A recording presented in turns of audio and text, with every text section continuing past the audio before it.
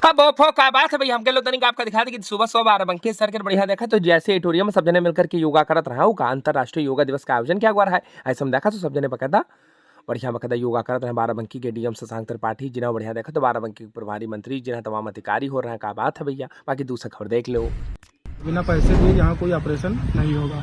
हम साहब पैसा नहीं ले सकते। हाँ बिल्कुल साहब पैसा नहीं लेंगे, डॉक्टर साहब पैसे को हाथ नहीं लगाएंगे। डॉक्टर साहब हमारे बाराबंकी बहुत ईमानदार है, लेकिन देखा तो भैया उनके साथ कोनो एजेंट घूमती है, अपने आप का डॉक्टर का एजेंट बता करके पैसा खूब कमावती है। 18,000 भैया खाएगा। हम कह लो तनिक आपका बता दें कि बाराबंकी जिला अस्पताल में स्वागत है। यहाँ अगर तुम्हारे पैर की हड्डी टूट गई है भैया, ऑपरेशन कराना है तो पैसा देना पड़ेगा, बिना पैसे काम ही नहीं होती है। अब बतावा तो यही जा रहा, आरोप तो यही लग रहा। देखा तो पवन कुमार जी मिल जाते हैं, पूरी बात बतावे लागत कि भैया देखो हम तो तब बीमारे रहे, हमारी टंगरी टूटी पड़ी रहा है, लेकिन देखा तो हमारे बकायदा भांजा है भैया, पूरी बात तुमका बताई है भैया। देखो हमसे पैसा ले लीन साहब हो रहा का।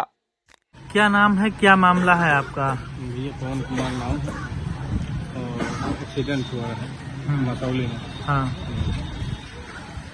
तो ले आए हम। हाँ तो आपने शिकायत पत्र दिया है, किस लिए, क्या हुआ? अरे बच्चा हमका जानकारी नहीं है, मान लो हम तो चले लायक कुछ रहा नहीं है, हमरे साथ में हमरे वहाँ भांजा रहा है, वही जो कुछ रहा है वही करीब होने से। क्या नाम है आपका?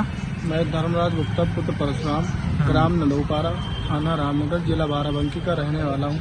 ये हमारे मामा हैं पवन कुमार गुप्ता नाम है, मसौली के रहने वाले, थाना मसौली, जिला बाराबंकी। इनका किसी दुर्घटना में एक पैर टूट गया था, दाहिना पैर।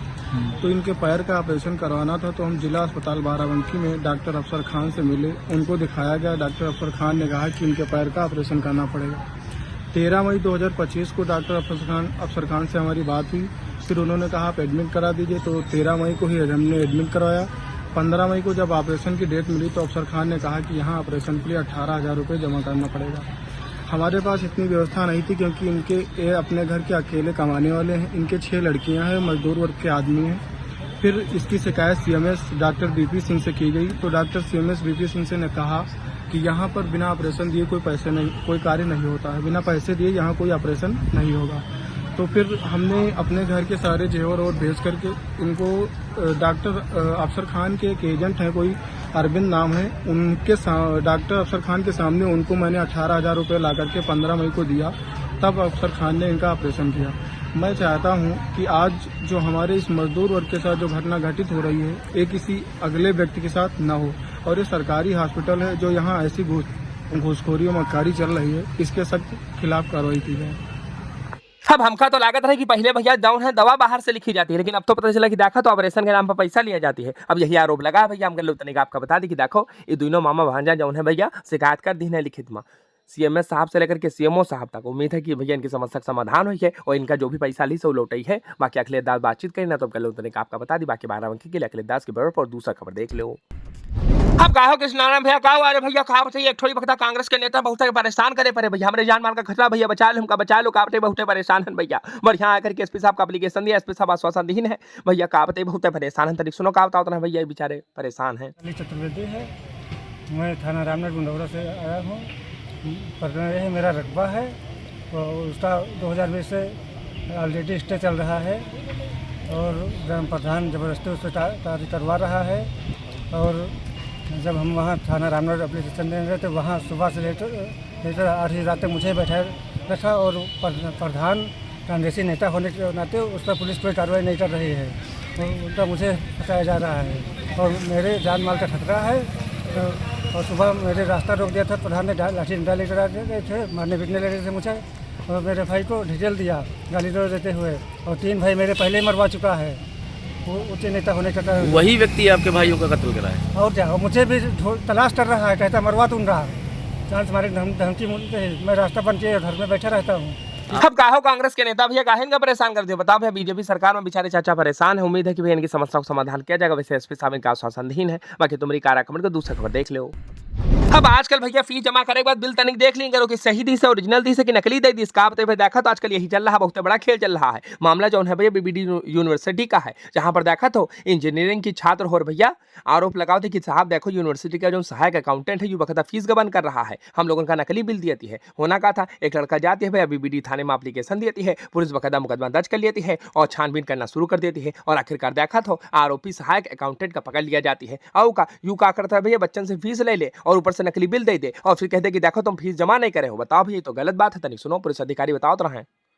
बीबीडी में अध्ययनरत छात्रों से यह शिकायत मिल रही थी कि उनके द्वारा जो फीस दिया जाता है बाद में फिर भी आ जाता है कि अभी भी आपका पैसा बकाया है, जबकि उनके द्वारा रसीद दिखाई जाती है तो ज्ञात होता है कि यह फर्जी है। इसी तरह की एक शिकायत यहाँ प्राप्त हुई। इसके आधार पे एफआईआर लॉन्च किया गया। एफआईआर लॉन्च कराने के पश्चात पाया गया कि 60,000 रुपये ये अमन सिंह द्वारा दिया गया था, लेकिन वहाँ के सहायक अकाउंटेंट अनुपम शुक्ला द्वारा उन्हें फर्जी रसीद दे दिया गया था, अर्थात डॉक्यूमेंट्स ही फर्जी था। बाद में फिर जब कॉलेज द्वारा उनके बकाया फीस के लिए रिमाइंडर दिया गया तो तब उनके द्वारा जब ये डॉक्यूमेंट्स लगाया गया तो ये सारा कुछ फर्जी निकला। इसी प्रकार के और भी ऐसे प्रकरण संज्ञान में आ रहे हैं।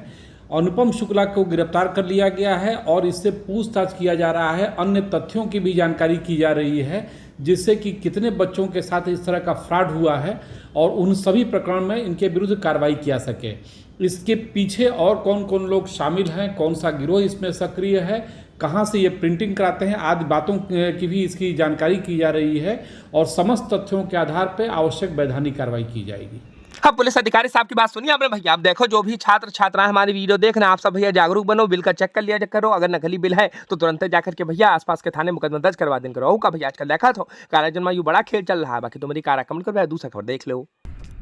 अब देखो भाई, बहुत दुखद खबर है। अपने बाराबंकी के रामसने घाट के मऊ गांव के रहने वाले दरोगा साहब मंजीत सिंह जी का निधन हो गया। का बहुत दुखद खबर है। तुमका बता दी कि देखो भैया, ऐसा है उन्नाव के जौन वक्त आगरा एक्सप्रेस वे पर सड़क हादसा हुआ रहा है। मैं देखा तो कार में दरोगा साहब सवार रहे।